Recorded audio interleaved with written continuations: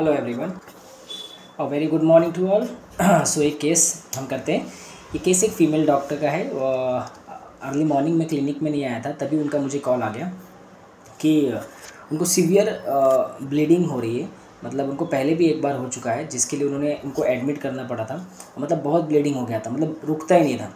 तो इस बार भी उनको प्रॉब्लम हुआ और उन्होंने कॉल किया कि उनको 5 दिन से ज़्यादा, मतलब आज 9वां दिन है एंड स्टिल ब्लीडिंग बहुत ज़्यादा हो रही है। ठीक है, सीवियर हो रही है।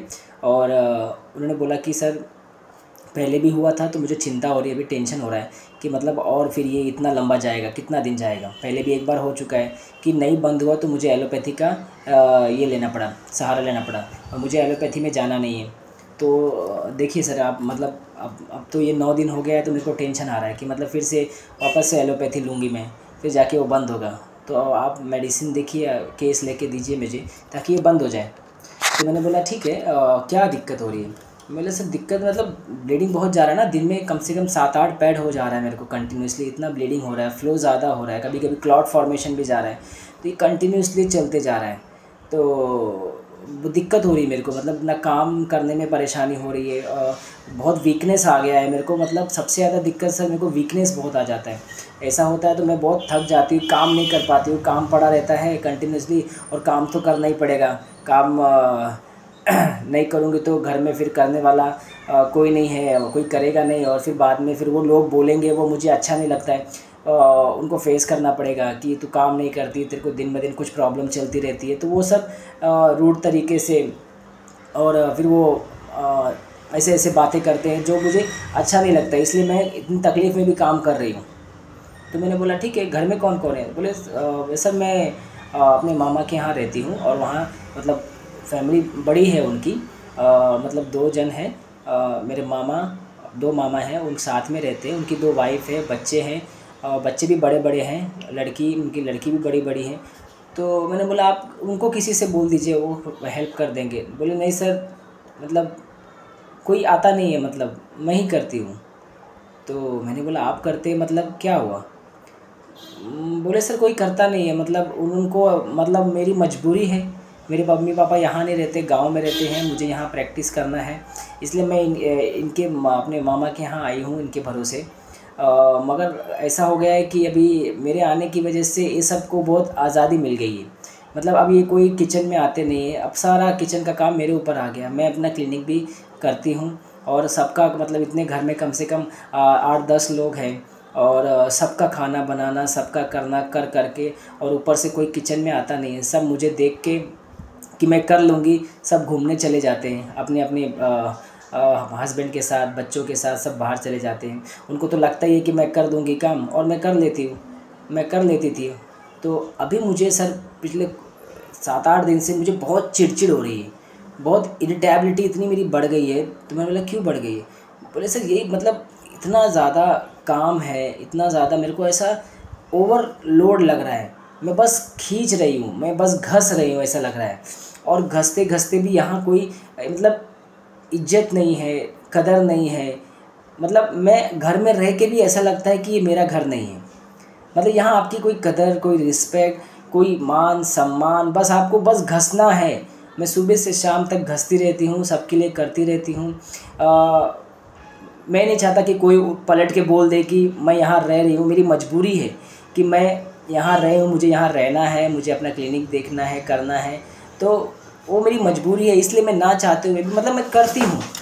ठीक है, मगर इन लोग का ऐसा हो गया है कि अब इसका इन लोग मतलब मेरे इस बिहेवियर का इन लोग फ़ायदा उठा रहे हैं। तो अब ये कहीं भी चले जाते हैं, सब काम मेरे पे, उनको पता है मेरा क्लिनिक का आवर है। तो मगर वो मुझे काम दे देते हैं कि तू आज ये कर लेना, आज ये कर लेना, आज वो कर लेना। सब बोल बोल के चले जाते हैं अपने अपने बच्चों के साथ घूमने के लिए, और मैं दिन भर काम करती रहती हूँ।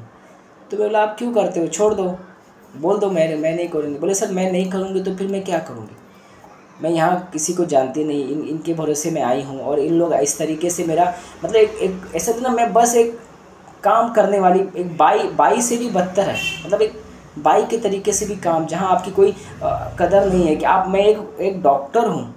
उनको पता है कि मैं एक डॉक्टर हूँ, मेरे का क्लिनिक है, मेरा काम है, मगर आपकी वो रिस्पेक्ट, आपका वो कदर, आपका इज्जत, एप्रिसिएशन तो आप भूल जाओ। मतलब आपकी आप कुछ बना भी दो अच्छा तो भी कोई नहीं, बस ऐसा कान कुर्ता वाला कि हाँ भैया कर दिया चलो ठीक है, मतलब कुछ नहीं, इतने सालों से मैं कर रही हूँ तो कोई फ़ायदा नहीं सर, मतलब ऐसा हो गया है। तो मैंने बोला ठीक है, तो बोला आप एक बार कभी बोल के दिखाया? बोले सर मैं बोल ही नहीं पाती हूँ, यही तो प्रॉब्लम है, मैं अपने आप को जो अंदर है वो एक्सप्रेस नहीं कर पाती हूँ सामने से कि मैं उनको क्या बोलूँ। मैं अपने आप को बहुत मजबूर फील करती हूँ, बहुत लाचार हूँ, मतलब ऐसा स्टेट है कि मैं अपनी मम्मी पापा से भी ये बात नहीं बता सकती कि ऐसा कंडीशन है मेरा। तो मैं सब काम करते हुए भी, सारा काम कर करके उस सब करके अपने क्लिनिक का आवर भी संभालती हूँ। कभी कभी क्लिनिक लेट पहुँचती हूँ, मुझे काम करते करते 11 बज जाते हैं एंड मुझे क्लिनिक जाना पड़ता है। तो मतलब ऐसी मेरी ज़िंदगी चल रही है। तो मैंने बोला ठीक है, तो क्या चाहिए?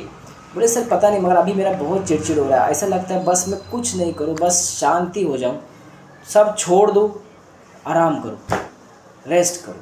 ऐसा लगता है बहुत दिनों से एक एक सुकून की लाइफ नहीं जी है, एक सुकून का पल नहीं है कि बस। मगर फिर वो ऐसा सोचता हूँ कि वो आके फिर मुझे बोलेंगे तू काम क्यों नहीं की, क्या करती है, और मुझे बोलेंगे, डांट देंगे, तो मुझे वो पूरा बहुत अजीब सा लगता है। मैं वो नहीं चाहती कि वो ऐसा बोले, वो ना बोले, इसलिए मैं सारा काम कर देती हूँ।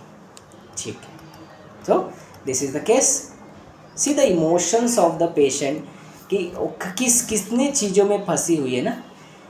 घर में 10 लोगों का है and she is a homeopathic doctor, ठीक है, उनको पता है, मगर उसको एक लेबर की तरह, एक मेड की तरह वो काम करते हुए सबका देख, जबकि वो उसके मामा का घर है एंड वो उसके वाइफ, 2 मामा, उसके वाइफ, बच्चे, उसकी बड़ी लड़कियां, कोई हाथ बटाने नहीं आती and she is doing alone like a made. वो उसको पे भी नहीं करते, she is a independent homeopathy doctor, और वो क्लिनिक देखना है उनको पता है एंड वो करती जा रही है। करते करते उसको ऐसा लगता है कि बस मैं घस रही हूँ, इतना ज़्यादा लोड हो गया उसके ऊपर, फिर भी वो कर रही है, इसलिए उसकी चिड़चिड़ बढ़ गई है। तो ये क्या रूब्रिक है? इरिटेबिलिटी एक्सर्शन फ्रॉम, एक्सर्शन है ना ये, एक्सर्शन फ्रॉम, इसकी इरिटेबिलिटी एक्सर्शन फ्रॉम रूब्रिक है हमारे पास। एक और बहुत अच्छा रूब्रिक है, irritability from over work. Work कितना ओवर हो गया उसके ऊपर, क्लिनिक भी जाना है, घर में सबको करके देना है एंड वो कुछ बोल नहीं पाती है। एल्डिंग disposition, express can not express one self, express नहीं कर पाती है, क्यों? क्योंकि वो हेल्पलेस है। अब देखो कितना सीक्वेंस ऑफ रूब्रिक्स है, आप अगर सिस्टमेटिकली बिठाओगे, irritability from exertion, irritability from overwork from, क्यों? क्योंकि because of she cannot express oneself, ठीक है, हेल्पलेस फीलिंग है, लाचार, मजबूर, मेड की तरह काम कर रही है। क्या चाहिए उसको? सुकून चाहिए, इससे फ्री चाहिए, शांति से रेस्ट करो, rest desire, quiet wants to be repose and tranquillity, मगर वो क्यों नहीं कर पाती है? एल्डिंग हो जाती है, क्यों? क्योंकि sensitive opinion of other, sensitive to rudeness, sensitive to reprimand, सारे रूब्रिक्स आप देखो कितना सिस्टमेटिकली बैठ रहा है। क्यों नहीं कर पाती? क्योंकि वो आके डांटेंगे, बोलेंगे, ये मुझे पसंद नहीं है, इसलिए मैं एल्ड कर देती हूँ, मैं सब करती हूँ बिना अपने आप को एक्सप्रेस किए। मन करता है बहुत रो डॉक्टर सर, लगता है कभी बहुत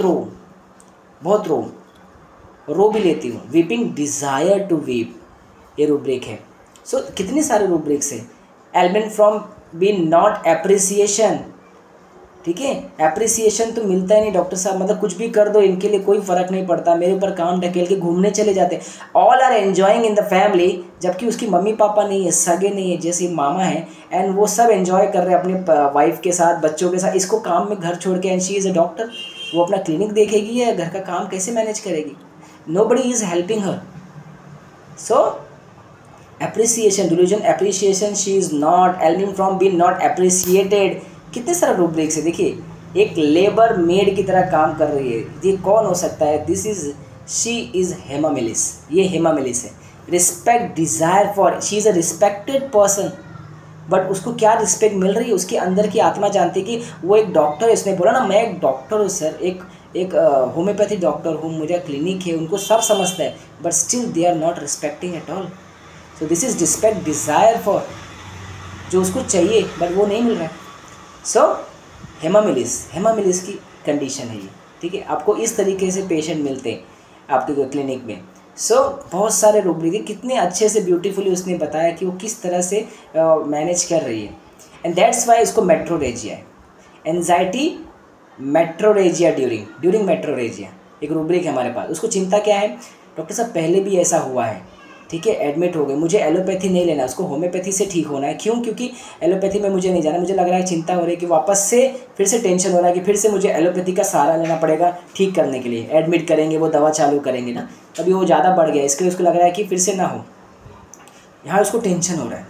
तो एंजाइटी ड्यूरिंग मेट्रोरेजिया, ठीक है। सो दिस इज़ द केस। मैंने उसे हेमामेलिस 200 का 5 डोज लेने बोला 10 मिनट्स में, और जो उसका नेक्स्ट डे मैंने बोला कि मुझे नेक्स्ट डे आप बताना कितना डिफरेंस है एक दिन में।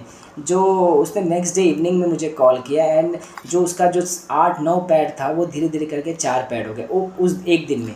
उसके बाद 3 डेज़ में ब्लीडिंग वॉज स्लाइड, एकदम 90% उसका ब्लीडिंग स्टॉप हो गया था। एंड विद इन 7 डेज़ में एकदम पूरा उसका ब्लीडिंग स्टॉप हो गया। She is normal, mentally she is काम, रिलैक्स, जो उसको ट्रैंक्विलिटी चाहिए था मिल गया। तो उसके मन में एक डर था कि वो अकेली है यहाँ पे। उसने क्या किया, खुद का रेंट का 1 महीने बाद खुद का रेंट पे घर ले लिया। उसके पास कॉन्फिडेंस नहीं था जाने का कि मैं कैसे जाऊँगी, यह भी रूब्रिक है कॉन्फिडेंस वॉन्स ऑफ, कि मैं अकेली हूँ, किसी को जानती नहीं हूँ। ये इसी हेल्पलेस में वो अपने मामा के यहाँ टिकी थी, अदरवाइज वो कब का मूव कर गई होती। मगर 1 महीने के बाद हेमामेलिस देने के बाद वो वहाँ से मूव कर गई। See the magic of homeopathy, see the how the mind is change, how the confidence she gain after hamamelis 200। उसने 1 महीने में उनका मामा का घर छोड़ दिया। शी वेंट आउट, उसने रेंट पे घर ले लिया। एंड उसके बाद उसने बोला सर अब मेरे को कॉन्फिडेंस मिला, मैं वो छोड़ दी। मैं वो उधर एकदम 1 मिनट भी रुकना नहीं चाहती थी कि मैं वो घर में कर क्या रही थी। मैं सिर्फ एक बाई की मेड की तरह काम करते जा रही थी, जबकि वो मेरा है ही नहीं, कोई सपोर्ट करने वाला नहीं है। मैं काम करने में मुझे दिक्कत नहीं, मगर कोई हेल्पिंग नहीं है। सब एंजॉय कर रहे हैं अपने घर के साथ, मैं मेरे पे सारा भार छोड़ दिया उन्होंने घर का। मैं उनके भरोसे आई थी और उन्होंने मेरे को एक काम वाली बना के ट्रीट कर रहे थे। तो वो मेरे लिए बहुत इरिटेबिलिटी बढ़ गई थी मेरी। मगर आपके मेडिसिन जैसी हेमामेलिस लिया मैंने, and I got the confidence, मेरा ब्लीडिंग स्टॉप हो गया, मेरा माइंड शांत हो गया, मैं वो डिसीज़न ले पाई एंड मैं वहाँ से मूव कर गई। सो this is the magic of, इसलिए हम होम्योपैथी को मैजिक क्यों बोलते हैं, क्योंकि homeopathy work totally in your change 360 degree. हम इसलिए बोलते हैं कि पूरा 360 डिग्री आप कैसे चेंज हो जाता है, आपका माइंड पूरा कैसे चेंज हो जाता है। आप फिजिकल कंप्लेन तो ठीक होता ही है मेडिसिन देने के बाद, मगर क्या आपका जो थॉट है, जो आपका कॉन्फिडेंस है आफ्टर टेकिंग अ मेडिसिन, कैसे वो बूस्ट हो जाता है, आप सडनली चेंज हो जाते हो, वो हमें सिर्फ होम्योपैथी मेडिसिन से ही देखने मिलता है। ठीक है, तो मैंने पहले भी एक केस हायोसामस का शेयर किया था, जहाँ एक डॉक्टर अपना क्लिनिक छोड़ के एक आरएमओ शिप कर रहा था, अबाउट 45 ईयर्स के, 40-45 ईयर्स के, और वहाँ उनका बहुत अच्छा सेटअप प्रैक्टिस था, लाइन लगती थी। मगर उनको सिर्फ एक डर कि मैं दवा दूंगा और पेशेंट को कुछ हो गया, वो जो बिट्राइड था ना, वो इतना घर कर गया। उन्होंने अपना क्लिनिक रेंट पे चढ़ा दिया, घर छोड़ दिया, अच्छा खासा क्लिनिक चलता था, उनका बिजनेस छोड़ के वो आरएमओ शिप कर रहे थे। तब जब मैं आरएमओ शिप कर रहा था नाइट ड्यूटी में, शायद मैंने वो केस पोस्ट किया होगा, तो मैंने उनका केस लिया था मैंने हॉस्पिटल में बैठ के। That time I was in fourth year की एंडिंग में था मैं, एंड इंटर्नशिप इंटर्नशिप में था, इंटर्नशिप में था मैं। इंटर्नशिप में मैंने स्टार्ट किया था, तो 6 महीना हुआ था। एंड उसके बाद मैंने उनका केस लिया था, मैंने उनको हायोसाइनस दिया था, जो उन्होंने मुझे हिस्ट्री बताई। वो फियर बिट्राइड इतना ज़ोरदार था, वो उनको लगता था मेडिसिन दिया और पेशेंट मर जाएगा, उनको कुछ रिएक्ट कर जाएगा, उनको डर ही हो गया था दवा देने से। तो जो बिट्राइड फीलिंग थी, मैंने उनको दवा दिया, एंड दवा देते ही उनकी जो प्रॉब्लम्स थी वो तो गई, और उन्होंने इतने साल से उनकी बीबी बहुत परेशान हो गई थी, क्योंकि आरएमओ शिप में क्या मिलता है आपको, कुछ नहीं, नाइट ड्यूटी, वो 2 ड्यूटी करते थे। उसके बाद भी जो अर्निंग वहाँ से कमा पाते थे उसका डबल ट्रिपल कमाते थे अपने क्लिनिक में। यहाँ आरएमओ शिप 2 ड्यूटी, दिन रात जागने के बाद भी उतना नहीं हो पाता था, एंड घर वाले बहुत परेशान हो गए थे इनसे। मगर मेडिसिन हायोसाइनस देने के बाद उन्होंने वापस से वहाँ गए, उन्होंने खाली करा और फिर से चालू कर दी, जबकि वहाँ के लोग उसको कब से बुला रहे थे डॉक्टर को। सो सी द चेंज, कहाँ से पेशेंट भागा और वापस से हायोसैमस ने उसे पीछे भेज दिया। तो यहाँ वही काम हेमामिलिस ने किया। वो जो डिसीजन नहीं ले पा रही थी, कॉन्फिडेंस कम था, एक्सप्रेस नहीं कर पाई थी, now she is express after hamamelis कि नहीं भाई मुझे नहीं रहना, आप लोग मुझे काम करा रहे हो एक भाई की तरह, मैं एक डॉक्टर हूँ, सेल्फ रिस्पेक्ट वो सब खत्म हो गई। तो वो बोलने के लिए हिचक रही थी एंड हेमामिलिस के बाद वो कॉन्फिडेंस मिल गया एंड वो वहाँ से मूव आउट कर गई। सो इस तरीके से हम how the medicine work on mental plane, तो हम इसलिए हम मेंटल सिम्टम को ज़्यादा इंपॉर्टेंस देते हैं, क्योंकि मेंटल सेटल फर्स्ट, फिजिकल तो ठीक हो ही जाएगा, ठीक है। तो इस केस में हेमामिलिस 200 देने के बाद तो डॉक्टर का मेट्रो जो ब्लीडिंग था वो तो बंद ही हुआ एंड उनका जो नॉर्मल लाइफ चल रहा था, जो बहुत प्रॉब्लमेटिक था, तो वो भी बेटर हो गया, ठीक है। Thank you so much. Next video में हम जल्दी मिलेंगे।